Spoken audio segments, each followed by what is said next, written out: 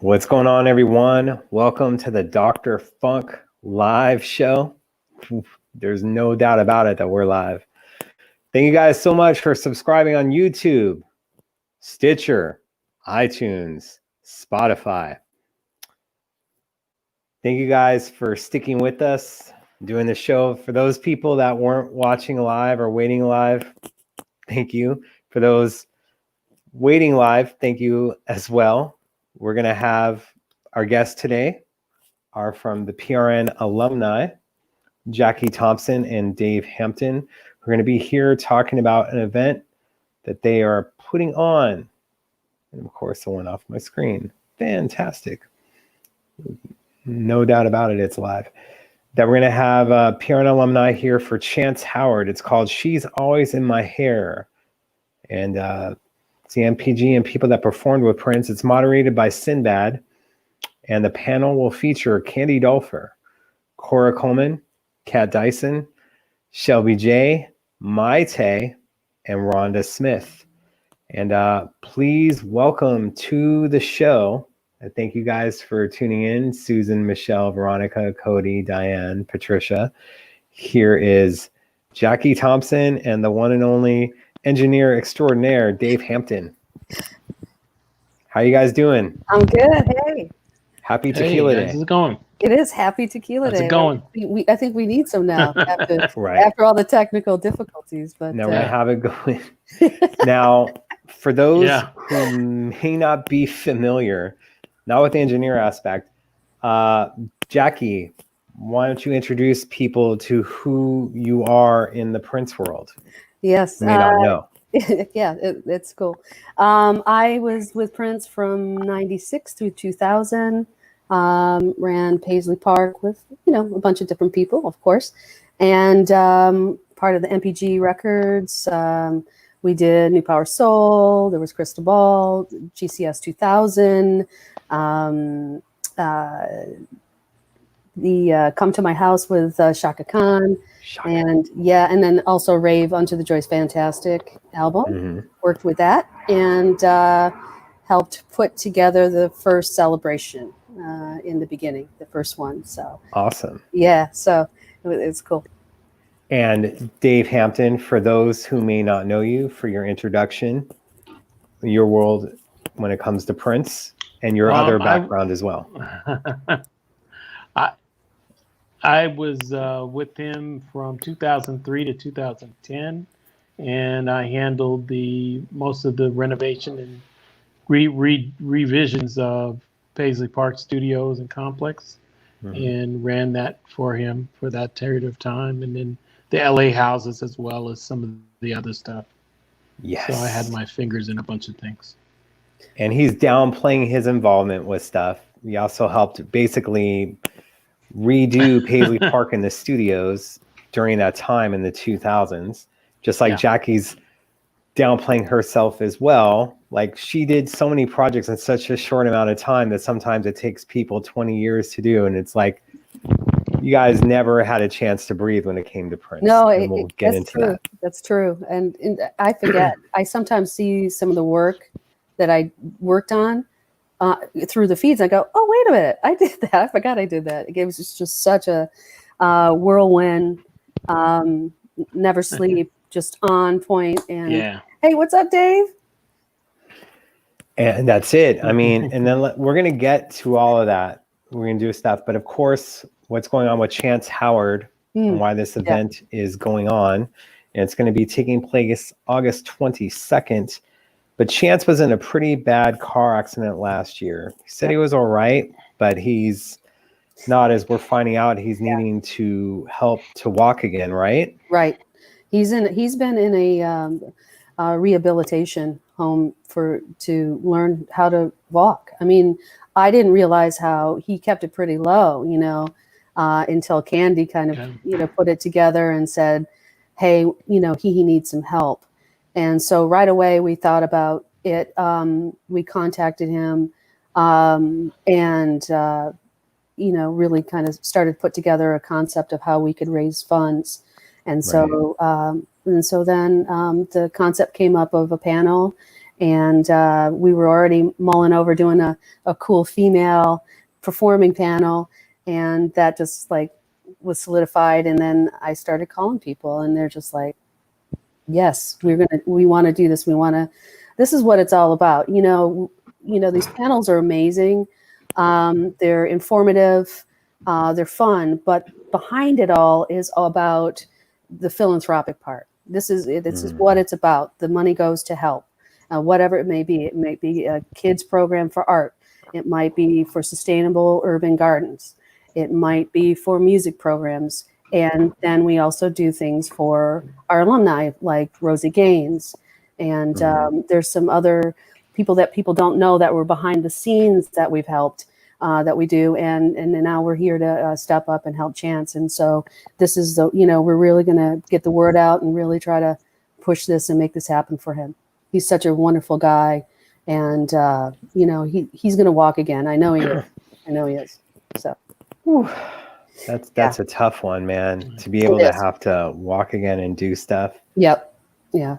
And, you just can't complain about your life, right? We have so many, even through this challenging time, we have a place we're walking, we're okay, we're all right.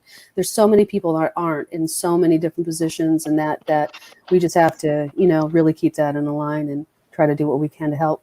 Absolutely. And of course, with Chance being on the Musicology tour, which was one of the biggest tours of Prince's career, if not the biggest. And of course, it came up a few days ago, his part where Prince is all like, got to hit that bass line, but I ain't got that booty. Although some people would disagree that Prince got a booty, but you got Chance with the booty out there for Beyonce's Dangerously in Love, or Crazy in Love, excuse me. But that would just be ridiculousness. And Prince would have fun with Chance for sure. Yeah. And it's so sad to hear things like that happening to someone like Chance, who always seems so positive and just filled with a lot of love and energy, Absolutely. I knew Chance before he even got with, Prince and all that. And he was wonderful. And he's the same guy he was like then, he's just like, an amazing guy. So we're gonna all pull together in the community and do some good stuff. Yep. And you guys, you can ask any questions about anything that's going on that with the event. Also for Jacqui and for Dave. It's nice to see some familiar people in there. Hello, Sandra. Hello, Elaine. Hello, Honey. Hello, Virginia and Audrey. Hey, Audrey. Yeah. Just all these great things that you guys are doing. And just so people know, the event for the panel, it's going to be $10. And again, it is August 22nd. August 22nd. It'll be at 9 p.m. Eastern. It's going to be a lot of fun. Sinbad, I don't know if you hadn't caught the other panel we just did with Sinbad as the moderator. He was wonderful. And it was all about Claire Fisher and the string arrangements. And we had a great panel on from Arnie Frager to David Z. He just is such a fun moderator with it. He's so good. And so that's going to be a lot of fun with that. So absolutely. Yeah. And the ladies all of them are so wonderful in their own right and just real cool. And so really appreciate them coming together to help. Absolutely. And with Candy and Cora, Kat, Shelby, Maite, and Rhonda. Like I'm hoping we get some of them to promote on this show for sure. But regardless. Yeah. I mean, it's going to be pretty cool. There might be another little surprise. We'll see what happens depending on schedule, but that'll just, put the cherry on top. So. Right. And you got, let's see here with Rhonda, that's been someone who's just been on demand and so much stuff now with Sinbad hosting. And it seems like that may be like a permanent thing for him to do, which we enjoy and love having him on. Absolutely. Just makes things go so much easier. Definitely. He's really enjoying it, right, Dave? He told me he had a blast. Yeah, he really likes it. Yeah. So. He really gets off on it. And he's a good person to do it because he's got just as much Prince knowledge as the rest of us. Definitely. And the passion for music, and he's just the right fit. Yes.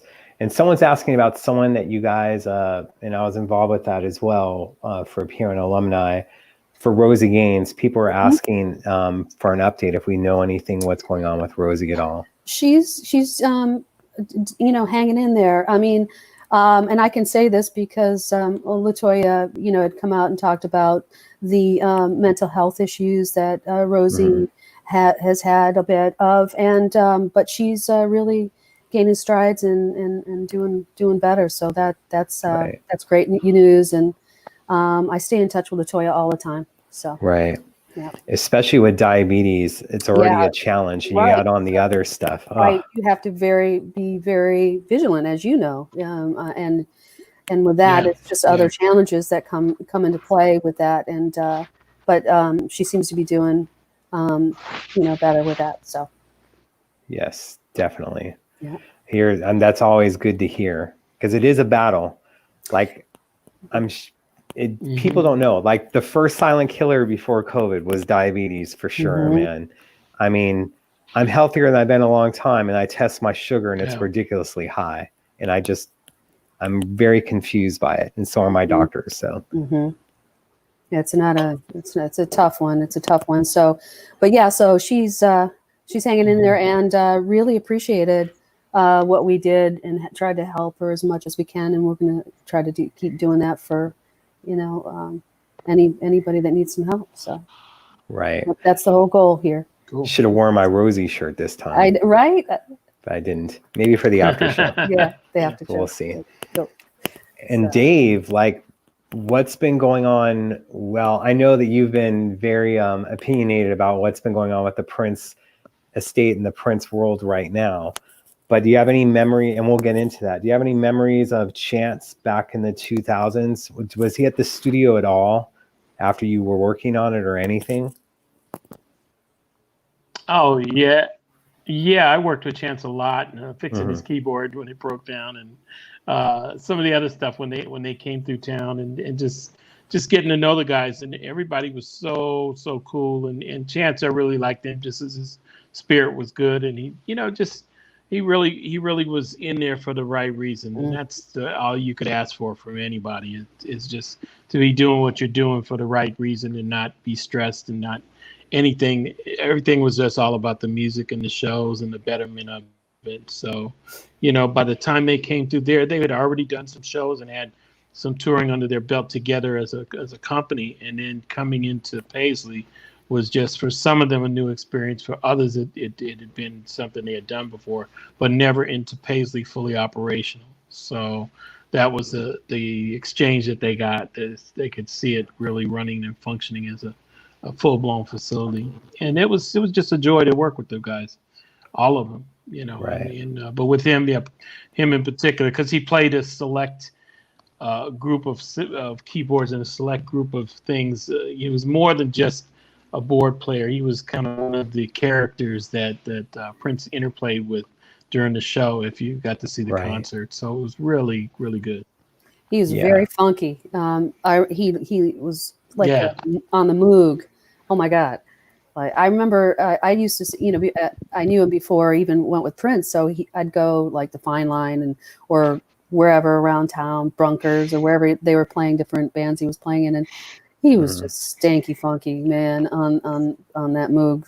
And I'm sure he still is, but you know, but we used to love that. So, but yeah, he was more than just a keyboard player. So. And thank you, Dave, for that comment. I appreciate it, especially because I get a lot of hate for it sometimes regarding that in the videos in my car. And Chance was in Judith Hill's music video and in her band for a moment in time. So, you know, he was back in the mix and working at Paisley for a little bit before in 2014 with Judith. But Chance played a big role in that musicology tour for sure. And one of the funniest photos that we saw with Afshin, and of course, if I had stuff, I'd bring it up right now, but that one photo of Prince on the motor scooter in Hawaii and great. Chance getting on it, and Prince's look. Like, oh, Lord. Yeah. You know, he can do those things, and quite a character. You know, that would just be showing Prince's sense of humor yet again. You know. Oh, yeah. Now, Jacqui, someone's asking like if there's going to be more shirts for Rosie or any other merchandise that may help for Chance as well.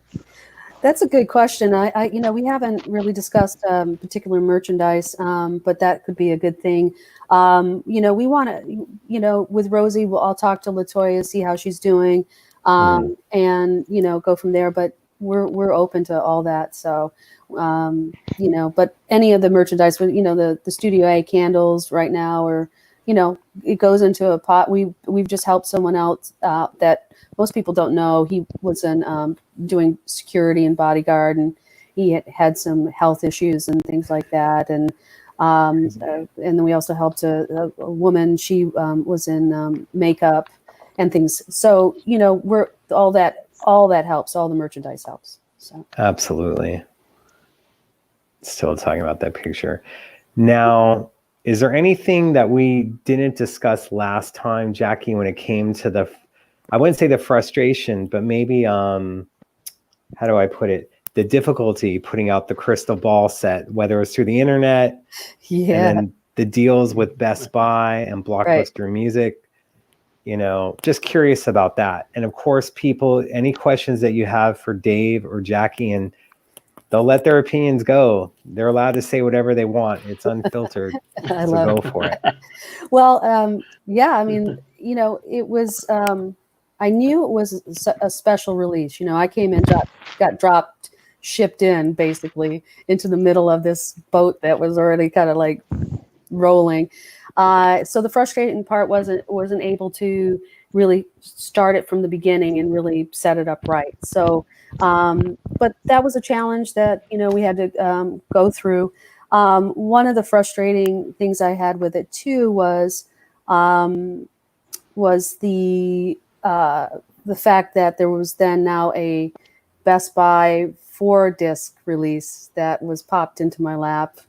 And I really wanted to wait. I did a memo to both Londell and to Prince about it, saying, let's get all of the special 5-disc that people have been waiting for out first, and then go to retail. That but it just didn't work that way. So then there was, I had to manage that process a bit. But right. And Dave, trying to get my tea on here. I'm still talking with Jacqui about that. We'll get into it. Now with Crystal Ball, the truth set, because that was the thing that got the best reviews out of everything. And then some critics that were hard on stuff loved it. Of course, we would love, when it gets to that point of it being released separately on vinyl and having its own release, was there anything in the cards about that being a standalone release? And is there any possibly that you're aware of any videos that may have been shot for it at all? Just curious. For me, he didn't. He didn't do any videos on when I was there with The Truth. I was there during the recording of The Truth during that time before it became the 5th disc. So, but it was he never talked about it being a standalone. Doesn't mean later on he wasn't going to do it. But it was my favorite disc. I loved it. It's one of my. It was like so different because it was all stripped down and acoustic, and I love "Don't Play Me," and just it was just a cool disc. I was like, that is a nice bonus, like and that I thought that people slept on that one like majorly. Like that should have been its own, and I'd love to hear it on vinyl. So that would be a special one. And that's what I'm doing for when the estate is able to put that out. Here's hoping that they're able to put a little bit of promotion behind it. That's why I'm asking if there was any videos so it can help promote it, just like we saw with the 1979 release of I Can Never Take the Place of Your Man. And then I don't know, I just feel it deserves a better fate. Like that was one of the things I was looking forward to from the Sign of the Times set, and it's already out there. And it wasn't on the Breakfast Club or other things. You just had it out there, and then Hollywood Reporter and Variety carried a digital article on it. But I want to see a little bit more promotion if able to. And of course, that's why I ask if there's any videos for it. Not during my time. I don't know if it was during Dave's, if he ever cut anything, but not during. Yeah. No, never cut anything, and he never cut anything, and there never was any intention of it. But I do know that he looked at particularly the crystal ball thing as its own entity. That was its own happening. Yep. Right. There wasn't anything really getting mixed with that. Yeah. Because that came at a certain time, and it was really groundbreaking as you look back on it. That Right. particular effort was the predecessor to what everybody does now, and it's Right. commonplace.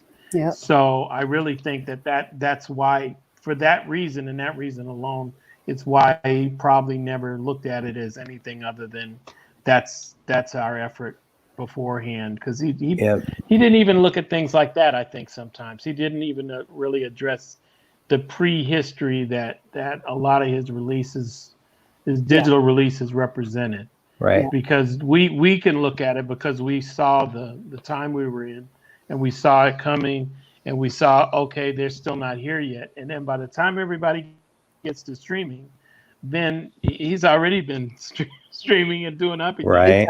And it's like, wow, this is incredible, you know? Yeah. So. Yeah, that, I felt really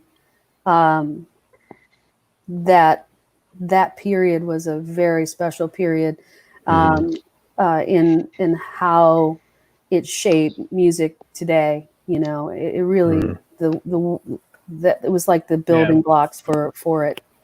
You know?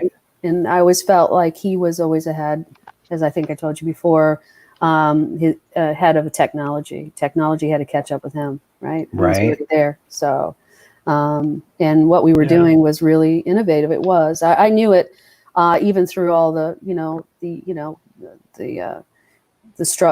challenges and things like that. It still was pretty amazing, and we ended up selling a whole hell of a lot. He made a lot of money, and I was happy and proud of it at the end of the day. Right. And such an interesting thing, especially with Crystal Ball, because that set, Warner Brothers wasn't able to do what they wanted with Sign of the Times. With you having Good Love on it, well, there goes having a Camille record, because that was part of that. Then you have Dream Factory, so that isn't on this set. Then you even have Crucial. They had to find a different version, and same with Crystal Ball. Even with Last Heart, you have these other things that they weren't able to put together. So it's like Prince was blocking in some sort of way of them being able to put together the Sign of the Times or the Dream Factory or the Camille sets that they wanted to put out. It's interesting if you look back at that. That's why with Crystal Ball, and that isn't officially released yet through the estate and through Sony, even though you're not going to be getting a remaster of that till down the road. I just thought that was interesting how those things, you were not able to get the most complete Sign of the Time package. Even with 93 unreleased tracks, there's still more. Crazy. Another thing that we have a question on this. Do you think Prince is promoting feminism, employing so many people in his band and behind the scenes, such as Susan Rogers? That can be a question for either of you. Absolutely, and 100%. So, personally, I always felt very appreciative of, and the way that he worked with me and I worked with him. I never felt like, he looked at me like, oh, I'm just this girl or female. You know what I mean? I like, you go do this. You represent me, and he empowered me in great ways, as he empowered other female musicians and other people behind the scenes. He empowered women. And I think he enjoyed women being around. I do, but Dave, how do you feel about that? I know I feel that anyway. I think so. I think he empowered him. I think also most of the women around him that he wasn't involved with represented various sides of his mother, various sides of what he didn't necessarily get from her. He got from all these other women that were around him, and it was just different aspects. So he was always, trying to please them and trying to be in their favor and be the apple of their eye, so to speak. And I think that's a large part of it as well. I think there's always a psychological to everything, and that's part of his thing. Was I think they represented more than just what they represented. So it was good that they were good at what they did, but they were fulfilling something. No. Technical. Okay. Hopefully we can get him back on. Yeah. Oh, there we go. There he is. Yes. Oh, now he's got mute. Mute on Dave. Dave will come back to you on that. Figure out the mute. Yeah, but I'll keep going on that point. Go ahead.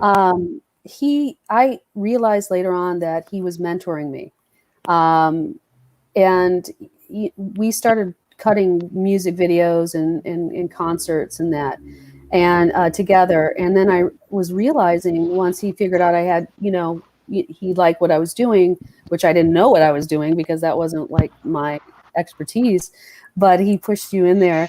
And once that I started doing that, I realized, like, in retrospect, after I was like, oh, he had was mentoring me in that field and teaching me in so many different aspects of it, Right. specifically visual branding, all those type of things that he was doing. So, I think he liked to mentor, and you had to realize he was doing it because when he's not going to tell you he's mentoring you.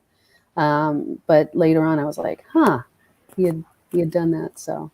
Right. And with Dave, he didn't need to mentor you. You came from background of Herbie Hancock, Miles Davis, and all this other stuff, but he made sure definitely to have you involved when it came to, redoing the studios at Paisley in the 2000s. Was that a hard process, or did you come first recommended to him? How did that come to be? I came with as open a architecture as I could, because I didn't really know, and I hadn't really experienced the Prince thing, and was not really ready for anything kind of close to what happened. I was kind of jaded and kind of like, well, if it happens, it happens. If it doesn't, it doesn't. But I'm not taking no bullshit, And it was quite the opposite. It was very good. I have nothing but great things to say because the person he showed me to be was very straight ahead and just needed some answers, and we got along really good. It was really me who had a lot to learn, because I really should have just come there with just none of the preconceived notions. But again, for me to be that long into my career and never have had a Prince experience was a relatively strange thing too. Right. So, it was really a blessing for me. I can't look at anything and say, oh, this should have never happened. No, it was supposed to happen. And every time something happens nowadays, even after he's gone, it's proof that what we did, we were supposed to do. Everything that happened for a reason, and even though it's sorry to say he's not here, we couldn't be here without all the things taking place. And so that's one of the strange things that you go, okay, well, I would never know you, I would never know a lot of these things. We would never take it on to the degree that we have if he hadn't have left us. So there's something to be said for that. Definitely. Now, Jacqui, here's a follow-up somewhat of it. How's it putting together the very first celebration, and they were blown away from the people that flew in from all over the world? And also, let's touch base also on Crystal Ball too, how that was part of the celebration to vote on. But how was it putting that together the first time? Well, I remember he came to me and said he started discussing this probably about 6 months before. I think Manuela was involved a bit with him and kind of making this germinating in his mind, and came in. And so it made sense. I mean, he was always very active with his fan base and loved to be, really close to that and that energy. And so, he started talking about it. We started, kind of creating what we were going to do. And I remember going into like wardrobe and getting all these amazing, that were, packed away outfits of his to put out for it. And just, really just, it was new. We knew we were going to have some kinks with it. Right. And we knew it was going to be the first one, but I think it was so innovative in itself to be able to do that. And that also he had the facility to do it, right? Not only the facility, but he had the fan base to do it that would come, right? And it was out in Chanhassen, which was perfect, and he had a lot of nice land. And so it just was, it was a lot of fun kind of creating that. And it's pretty amazing to see. I was gone for the second one. And, but to see it kept getting better and bigger and it's still, today, but, he always had amazing, ideas. And this was one that lasted, so. Right. Definitely on that one. Now I'm curious, how do I put it? Not only with Crystal Ball too, but when the thing that we got was a track by track of what was going to happen each night. Yeah. It was in a CD case. Yeah. Just curious, was there ever supposed to be a CD in there, or was he planning on something? Nope. No. Okay. No, it was, I don't know if it was my idea to put the CD case together. We got together and did it. I can't remember who did really, but I remember getting it done. I remember it just being for that. There wasn't going to be a CD in. And Dave, we touched base on this a little bit. But people are wanting to know Jacqui, how did you meet Prince, and what was your first impression? And then we'll go with that with Dave as well. Right. Well, I met him after, I started working there. I worked with MyTag directly, and I worked for 1-800-NEW-FUNK. And really briefly, I had, they needed a phone number. I had the phone number to Sugar Blue because I had booked him in a previous capacity of occupation, which is booking bands and blues bands. And that started like, okay, who is this? How did she have Sugar Blue's number in her Rolodex? And Rolodex was back then. And so from that point on, it started to, MyTag would come in and say, my husband wanted to know if he liked my voice. Could he sample it for Face Down? And then my husband this. And then I got asked, Hans came in, Hans Buff was engineering at the time. He came into the office and said, hey, he likes, he wants you to do some of the MPG ads with your voice. You got to come into Studio B. I've got a script for you, and he wants you to do that. And I said, okay. So I went in and I cut these, yeah, seriously. And so then putting you to work. Yeah, I was like, okay. So I was still working, and then one day I'm walking by to do something in the kitchen, and I hear Jacqui. And I went, uh-oh, that was him. And so he was in the kitchen, and I went in, and I don't remember what we talked about, but that was the first conversations we had. And from there, so. And Sugar Blue, an amazing harmonica player. Yes, he was. Absolutely. So I think he ended up being, so he was cutting the truth, right? The acoustic truth. And so he was in that acoustic frame of mind. And he had come down to where I was booking. I had just booked Sugar Blue 6 months before at this club called Biscuits and Blues. And he did come down and saw Sugar Blue perform, and then left. And then little did I know, 6 months later or so, I would be giving him a number for Sugar Blue. Right. Craziness. Yeah. And Dave, what was your first impression when meeting Prince and working with Prince? My first impression was kind of surreal. Like I said, he came walking out with his black outfit on and black gloves, and it was all kind of slow motion, out of a dream.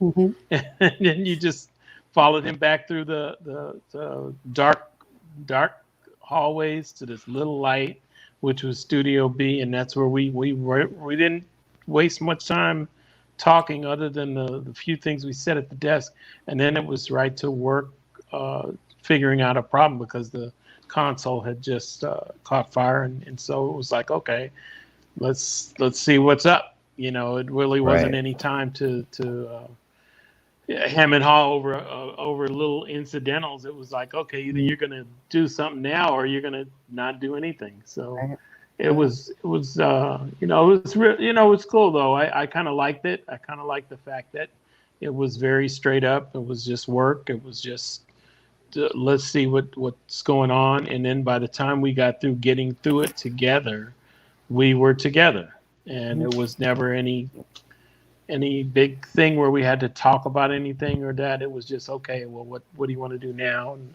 what do you want to do now? And we just kind of moved into the working relationship. It was very easy and everything opposite of what I expected. I honestly expected it to be quite the opposite. I can honestly say I expected it to be filled with difficulty and just somebody who was quasi egomaniacal. Not that he was not egomaniacal. He was very self-assured, and I think self-assurance to some people can come off as egomaniacal, but I think he was just very self-assured, and I just think it was a great relationship, and it was just a good time. I hit it at the right time, some 30 odd years later. What everybody else experienced in their heyday, they got to remember he was growing too. But by the time I met him, he was an old dude and I was an old dude. So Still looking young though. No. Now here's a question from Cody. Is there any live footage you worked on you'd like to see released? And that's for either Jacqui or Dave, of course, on that one. Well, I think it's out there. Most of everything that I worked on the Rave 1999 concert is out. I did the Café de Paris concert. Actually, that was my concept. Working actually with a really cool publicist in England and really kind of creating this like secret gig. And so that was great. And then the Come On video was a lot of fun because we just shot a lot of B-roll, and that came out. And the funniest thing was, this was totally like I didn't even get a permit for Hyde Park in London, downtown London. He just showed up in a limo. He didn't tell me he was going to be like dressed as an old man or any of it. Like, right? I had who was there? It was Rhonda was there and a couple other people. Not at the at that time. Yeah, not at the high. They were there, but not at the park. I don't remember. I don't think so. But anyway, I think we cut it in later and different stuff. But okay. No, you're right. They popped out. They were there. Yeah, that's how blurry everything is. It's like, sorry, blame my memory. No, that's cool. So that was really a lot of fun, and no one knew who he was. They knew he was shooting something, and they were like really curious. And he was hilarious in it. He totally got into character. And I when he got out of that limo, I just died. I was like on the grass, like cracking up because I couldn't even believe, he had the little beer, and he's like doing his little walk. So that was fun. And then we took that footage and then took all the B-roll we'd been shooting on during the concert over in Europe, and put it. We were cutting the Café de Paris, and then we decided he wanted to do that one as well. And I said, okay. And so it was him and I. We did that just for fun. That was out. There's some other stuff that I see. I did his EPK for Arista, the Rave EPK. I did that. That was funny. He calls me into Studio A. He wanted me to take a look at what Arista had done for the EPK and see if I liked it. And so I walk in there and he plays it, and I go, nah, I didn't really like it. I was just being honest. He says, okay, call him and tell him you're doing it. And so that's what happened. They sent me all the footage. I had to go, and they had to create a whole new budget, and I went and cut this, totally other EPK. So right. There's different stuff out there, but a lot of it's out there now. But it's funny just to see it go, wait a minute, I think I did that one. So it's funny. Yeah. It's funny. It blurs. And of course, Dave. Right. And I'm still doing totally. work. I mean, I'm still doing like MTV and VH1 and all the other like business stuff that had to be done. There's publishing coming in to be approved. There's running of this business, including touring. And then, by the way, we're cutting like videos and stuff. So sometimes I go, really? Who is it? Okay. Just kept putting more and more on your plate each time. You can handle it. Here you go. And of course, with Dave, you had the musicology DVD, Palace Auburn Hills, that has been released.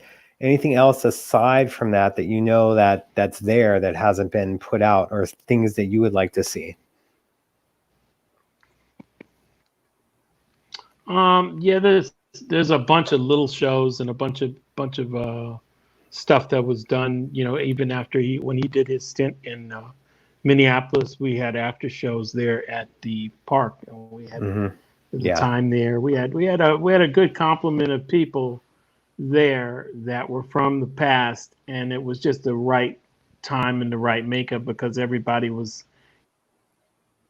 in a celebratory, friendly attitude. There was no animosity anywhere, and nobody was regretting anything at that point, Right. And so it was really good times. Things like that I wish that they would get to see. I got to see the time and give them a tour of what had gone on and what we had done, because that was the first time that other people were allowed to see the progress we had made, because Paisley was officially open then. And so, but this is the first time anybody in the creative world around him got to see what he was now working with. So it was an interesting time, to say the least. I remember when I came on the tour to see it, Dave, when all the editing suites had finally been put in, because we were doing so much editing and spending so much. It was like we needed to have an editing bay in Paisley. It needed to be there. I mean, because we were going out to farm, out to all these different editing facilities, and then to see it in there was really cool, because when we did the rave concert, kicking in the celebrate 2000, the director was there, and we were editing literally at Paisley, the footage after it was cut. So, and literally up until like right before, like literally 8 hours before it needed to be uploaded to satellite, we were putting in all the credits to it. And then and I hopped on a private jet, flew to New York, and handed it like 50 minutes before deadline. And they're freaking out, blowing my phone up. They're blowing my phone up. It was crazy, but we got it done. So it was great for the pay-per-view. Yeah.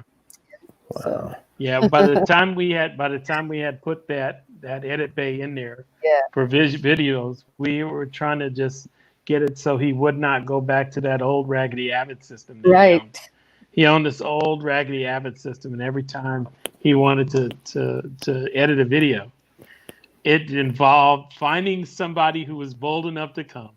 And then they would come, they would get started. Inevitably, the system would break or wouldn't have an update. Yeah. And I'm like, man, screw this. Final Cut is here.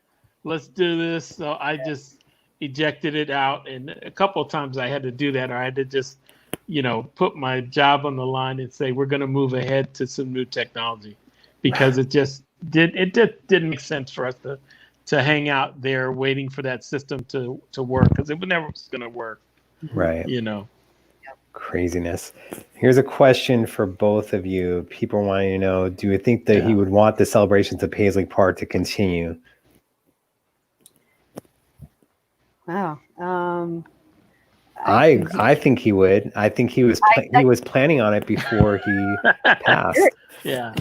But I figured have you guys handle it.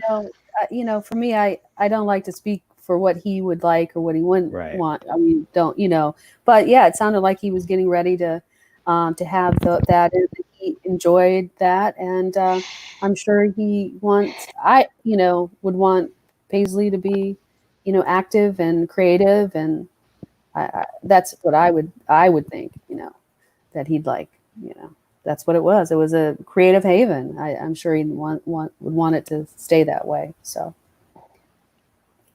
I think I'd love to see a hybrid. Yeah, I'd think so too. Yeah. I think, yeah. I'd like to see a hybrid of the celebration and also it being really used creatively, in its full capacity. So. Yeah. Any ideas of what you'd like to see, Dave, going forward with celebrations? Go ahead. I'm sorry.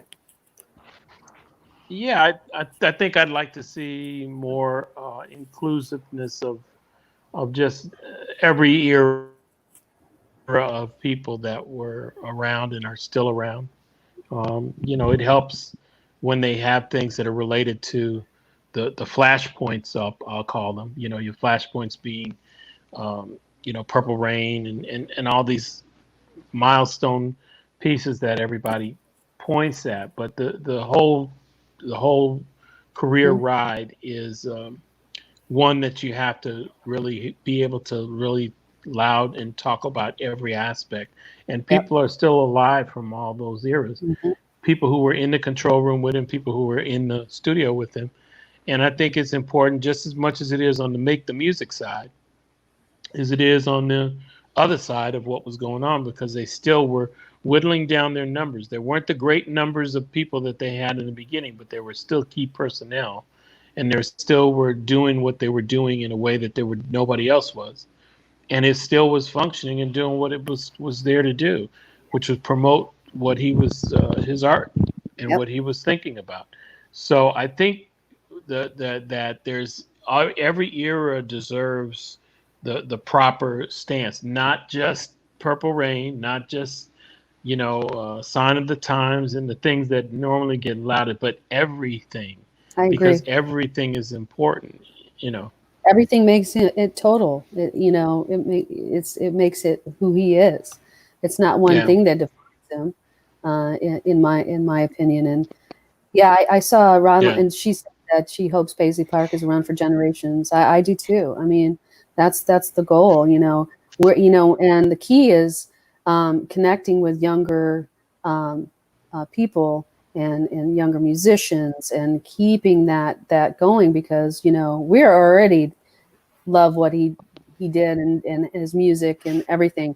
We have to keep that going for the younger generations, because that's the only way it's going to be around. So I think there needs to be thought into that and how to really kind of strategically plan it in the right way and move it forward. So right. Now someone's asking this one, with Prince being nocturnal, was it hard for you guys to adjust your hours to be able to work with him? For me, no. I started Prince, as a what?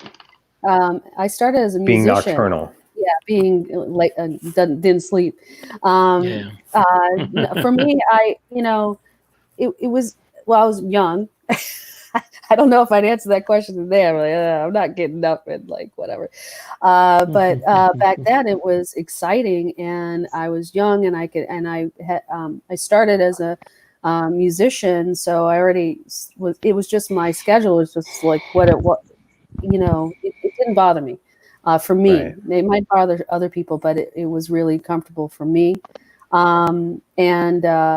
I think that's what worked, for the time. Now, could I keep up with it forever? No, you couldn't have had, a kid, that type of thing. There's no way for that kind of pace, but right. It perfect for me at the time, and it didn't bother me. We were rolling, man. I went without sleep for a week. When we were, and literally, I kid you not one, we were over doing rave with BMG overseas. And so we were doing, in the mornings, we do the TV shows, he'd do his rounds, Top to Pop, all that stuff. And then he'd do a concert, and then he'd do an after party, or he'd want to go to a party. And then we were on to the next city. So it was I remember I was like, oh my God, I've gone with 6 days without sleep, so it was a little dangerous at that point, but I lived. So. And Dave, for you, with his weird hours. Weird. No, I mean, you sign up for it. You sign up for it. That's right. That's what you have to do. Now, could I do it today? No, I couldn't do it today. I'd have to do it a different way today. But for then, I was down for it. You know, if I say yes, I gotta live up to whatever the duty calls. And that particular one was, you know, you had to be up for it. Yep. Amazing. Now here's an interesting question. Oh, sorry about that. This one, what is the biggest lesson or lessons you both learned from your time with Prince? Don't fear. Don't fear any. Yeah, not to fear. Wow. To go for it, and not to worry what people think. Not to worry what people think about you. You know, and I still use that today. I'm not fearful whatsoever in what I choose to do something. Let's go for it. I'm not afraid to fail. I think that's the thing. If you're afraid to fail, then you're fearful. Yeah, you're gonna fail at things. And we don't look at it as failure, because no, it isn't. Yeah, because it's a learning we don't look experience. At it as failure. Okay, so it didn't work that way this time, right? So how do we create a solution so the next time it gets better, or you know, we can create different things. So that's what I learned from him and took from him. So. Definitely. Yeah. It's same here. We don't really look at it as failure. It's a whole nother gear you find when you're working with guys like him, and that's that you're trying to outdo yourself. Really, you're trying to outdo whatever you did last time. You're trying to be as consistent and as reliable, and you're just looking at all the upsides, and you never really take notice of negatives or things that happen because you're operating on such a high level that you're really just trying to outdo whatever the last thing you did was. You know? Completely agree. Now we have this is a good question. Does his work ethic still continue to have a significant influence in your career today? Yes. Yes. Yes. Part of the reason why we're not part of the reason why we're not worried, or we're not the typical COVID conversations, because we're working all the way through COVID. Yeah. And part of the reason is because we have that work ethic that he helped instill in us, to where we know we have something to offer through everything that's going on. You know? It is true, because that's something, Jacqui, you and I were talking about the other day, that even with COVID going on, we're still crazy busy as ever. You know? We wire differently. For sure. Now, this is an interesting one. Dave, straight for you. Could you talk about those mobile units that you helped facilitate recordings anywhere in the world he needed to work? Well, 3121, the studio died on the back of a truck during musicology tour, I believe. Took a dive, and but I still have doubles of everything that I built him. So, you know, there's talk of repurposing, and you know, if somebody wants to fund it, I guess we could rebuild it and present it to a museum or something. But that was the purpose for Studio 3121, was to be able to record him anywhere where he was, because we were finding that the studios weren't always available, and he wanted to instantaneously do something. So the easiest thing to do was to have a studio to travel with him that in 5 minutes could just turn on, and you'd have the power of Studio A at Paisley in your fingertips. And so that's what we did, and we got a lot of work done on it. We would fly Ian out with it, or sometimes Lisa would go. Those are the two engineers that he got the most out of everybody there. And they would just meet him wherever he was and record. And just imagine the stories that you guys are getting right now, that you're going to get August 22nd, when you got Sinbad moderating with Candy Dolfer, Cora Coleman, Kat Dyson, Shelby J, Maite, Rhonda Smith, and you never know, there may be more surprises. But This is what it's all about, is PRN alumni sharing their stories and experiences with you guys and continuing Prince's legacy. Yep. Especially with that event, She's Always in My Hair on August 22nd. That's it. Yep. You know. It's about that. I think, we do these events and they're amazing, but there's a mission. There's a mission for this that we're doing. And we want to, make sure not to forget that. That, these panels are great. They're entertainment. But by you paying for the ticket, you're really helping, for this one, for Chance specifically. And then the other things that we do and the candles and the shirts and everything that you buy really go to really cool things. We just did a arts feed. We gave a bunch of it funded for kids with that were not able to have art supplies and all that during this time at home, not being at school. And so those are the type of things that we're here and we're passionate about, and that's what it's all about. Definitely. And that will be August 22nd, and that will be $10. Here's some more questions. We got Ruth up in here. Jacqui's a beast. Davison. Her question: what was the most pissed off experience with Master P? Ooh. Not that though. I got one. What was the most pissed off experience? Like when you were mad, like the most. I know mine. Well, one of mine, but I wasn't pissed off, but I was real frustrated when he had me. He said, "Hey, Jacqui, come into the office." So I came in and sat down. He says, "I'm changing my name back to Prince." And for 4 years, man, you had me calling up BET on Sunday with a crayon and complaining and calling me at 2:00 in the morning. I'm not the artist for me to know it's Prince. I'm an unpronounceable symbol. Get that crayon right. And the crayon is the little, on video. And they would do TAF cap, and they wouldn't put his symbol on there. And he would just, that was so like, it was hard. That part, not when I was just with him, we didn't have to, I didn't have to say Prince or whatever. It was easy, but that was the hard part. And so when he said that all nonchalantly, like, "Oh, I'm just going to change my name back to Prince," I just was like, I'm going to jump over that desk, get you, in slow motion, those movies. Like you jump over, you're thinking about what you're going to do. You're not really doing it, but you're back in the chair, but you really you would like to be wringing his neck over the desk. That was me.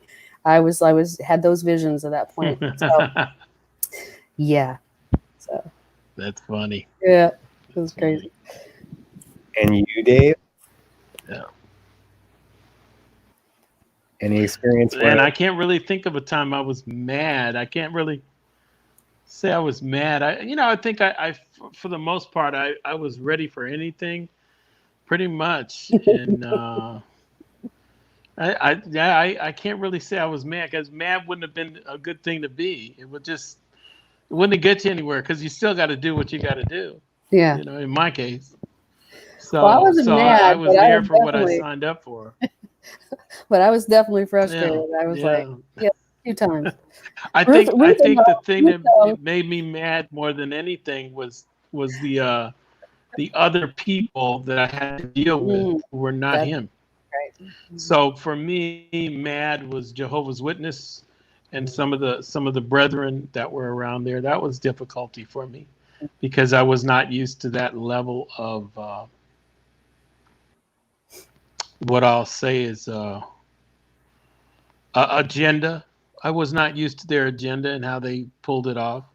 I was not used to it. It made me very uncomfortable, and not for any other reason other than it had nothing to do with music, had nothing to do with studios, had nothing to do with anything that was positive that I needed to, pardon the expression, fuck with. So that's probably the thing that got me kind of sensitive, was when they use the religion to throw off the intention. That's me.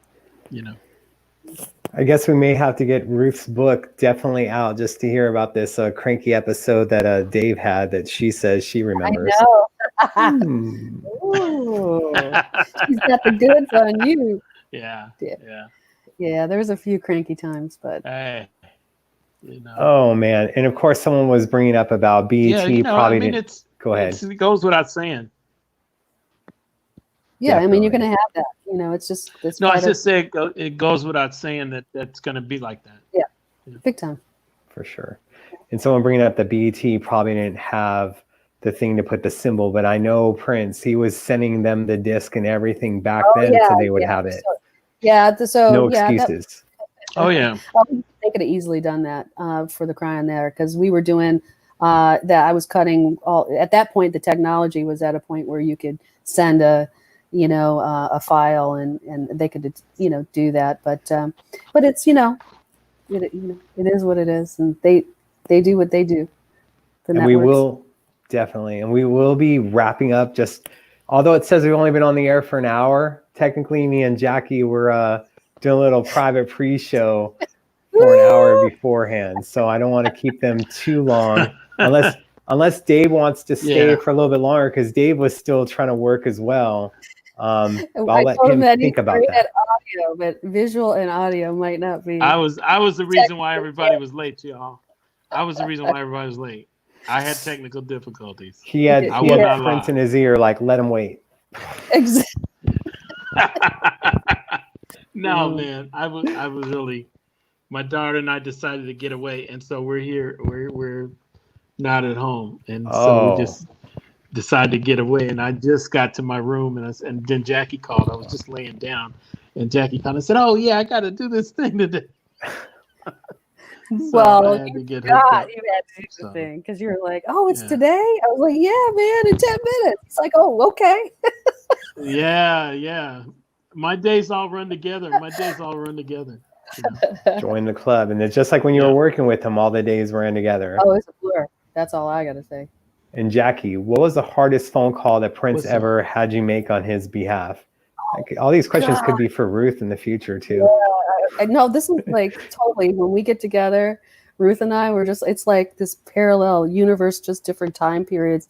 And then she had, the one thing she had was more technology. I didn't have like Google and all that, to like, oh man, I know, to cancel the MTV video shoot that he had agreed to. And they were already at Paisley Park. What? Was this the Kurt Loder one, or is this something different? No, that happened, Kurt. I was there. Yeah, I was going to say, right? But this was another one. It was so. In his defense, I got why he decided to cancel it. They changed the name of, so it was supposed to be Ani DeFranco, him, and a few other really cool, independent spirited, people that they were doing a feature on. So he agreed to it. He loved Ani DeFranco and, all that. So, and so last minute, they changed the name of this to Under the Radar. Yeah, that was the name of the show. It was going to be called Under the Radar. And he saw it and was like, Under the Radar, and so I remember having to, and he actually, it was funny, he actually threw me under the bus because he said to the producer, because he was talking to the producer, he said that he never agreed to it. And so I'm like, oh my God, I'm going to be like, MTV is going to like, look at me like I'm like crazy, right? Because there are, the video camera crew were at Doolittle's. I swear they're there, right? And so I called Tom Caldrone. He was the head of MTV, and talked to him. I remember I was in New York City and I'm flying home to get out to Chanhassen for this, and Prince is in like Spain. So I called Tom and I'm like, yeah, he's not doing it. And so I wanted to have a career in the music business after, not working for him. So I was like, but I'm letting you know that, so I just kind of finagled my way around saying that it wasn't me, I would never have agreed to this without permission, right? Or agreement. And Tom goes, Jacqui, don't worry. He's canceled a bunch of times on MTV. Don't worry about it. He has. And Prince throwing someone else underneath the bus. What? I know. So that was a tough call to make because I was so worried to have to talk to the president of MTV at the time and Viacom. So anyway, it worked out. So. And here's a question. Ruth wants to know if you were there for Muppets Live. I wasn't. I missed that. Bonnie was, but I wasn't there for Muppets. I wish I had been. That would have been so wonderful. That was a great show. Yes, it was. And I was like hoping for something. I'm like, that's right. That's a really good question. No. We want, like when we did the pre-show, a lot of people, let's see if Maite's still here with Dave Buchansky, maybe they can respond to that. What was going on in Spain, if they can remember. But it's just crazy. Yeah, I know you. So. Yes, well, like people wanting, like just like we had the pre-show with Ruth, they want you to have the book, they want other things, but doing this, yes, hate when he did that. I'm sure Ruth's talking about throwing people underneath the bus. Yes. But yeah, he canceled on MTV a lot with something for the Gold Experience and other things. It would just be crazy. Yeah, I was all worried. I was like, oh my God, my career, man, he's gonna kill my career here. And then Tom was just like, oh, don't worry, Jacqui. He's canceled a bunch already. We know him. So I said, okay. Oh, wait a minute. I had one other one. I had to call. He canceled on Letterman. No, not Letterman. It was Conan. No. I know he did that one too. Yeah, yeah, one of those. Who was that? It was Jay Leno the first time. Craig Ferguson? Jay Leno? No, it was Jay Leno. And I had to call Frances Pennington. She was the publicist at the time and say, he's not going to do Jay. And he canceled the night before. And so then we ended up doing Jay Leno, and that was when all the fun started with him. And I have stories. The first Jay Leno with him, it was like so many fun stories about how they were like with everything was kid glove. So Jacqui, Jay normally, shakes the hand of the artist. Do you think Prince would be, we're worried that he might not want to shake his hand, and because he's got this whole. And anyway, it was a lot of fun. I was like, no, he's probably gonna be all right. But if you're feeling uncomfortable, just just say hey at the end of it. And but yeah, so canceling Jay the first time was tough too, and having to call the publicist at 2:00 in the morning. We got to have Jay's stories, and maybe we can one day. Yeah. That was a fun relationship. But I was there at the beginning of that relationship, so I saw how they were so worried about him because he had canceled on him just like a bit before, and then finally doing Jay, and then we were negotiating because he wasn't Prince, but they didn't want. He wanted. MPG, New Power. It was New Power Soul, I think we were going to be doing, and so we had to negotiate how to do the billing of it. And today is the anniversary of Prince, along with the MPG, being on Leno for the first time. What? Today? What? Yeah. You're lying. No. Are you kidding? Yeah, That's so crazy. I never talked about that either, and it just was so funny. But it was an amazing time. And one thing, he was the first artist, and because of me, thank you very much. I got it done, but he wanted to do 2 songs. and they were giving me such pushback for like 2 months. And I'm like, what? Why would they want? Prince is saying yes, he's going to come on. He wants to do 2 songs. I fought with him for like 2 months. I didn't have any clue because I'm not a publicist. And finally they said, okay, we'll do 2 songs, but we're going to have to cut the second song, you know, because we're TV, blah, blah, blah. I said, cool. I went to him. He's like, cool. So that was all set. We get there. He does the 2 songs and everything. And we get through the day, you know, that evening. And then I go for lunch the next day with Frances Pennington. And she's the publicist. And she says, Jacqui, you're the talk of the publicity world right now. And I said, what do you mean? And she goes, no artist has ever been able to do 2 songs on J-Level ever. No one. And I was like, oh, really? I didn't. That's why it was so hard to get them to do it. And it's because I didn't know, and because I just pushed, and I wasn't scared to ask for it, and I got it. Awesome, so, especially with 2000 Prince too. It you know, it does help. It is Prince, but for sure. In 2001, he got a lot of crap, or whoever was doing stuff for him, because he performed on Leno 2 nights in a row, and other artists and labels were pissed that he got 2 nights in a row on Leno. He was the first artist back in 2001. So of course, Clive Davis made sure 2 weeks later that Alicia Keys got 2 nights back to back on Leno. Oh yeah, I'm sure. First one to do that then as well. Yeah. Yep. Trying to wrap it up with you guys. So this may be the last question. Have either of you been in the vault? Yes. A lot of times. Yes. Okay. Yep. All right. Well, I appreciate you guys so much for coming on. And Jacqui, we're going to be looking forward to promoting the Chance event of She's Always in My Hair. Again, moderated by Sinbad, with Alumni Shares, with Kenny Dolfer, Cora Coleman, Kat Dyson, Shelby J, Maite, and Rhonda Smith. $10, August 22nd. You know, that's kind of cheap, man. You're going to get a lot of bang for your buck and entertainment for sure. And for a good cause. It'll be good. Absolutely. For good cause, for Chance. Yep.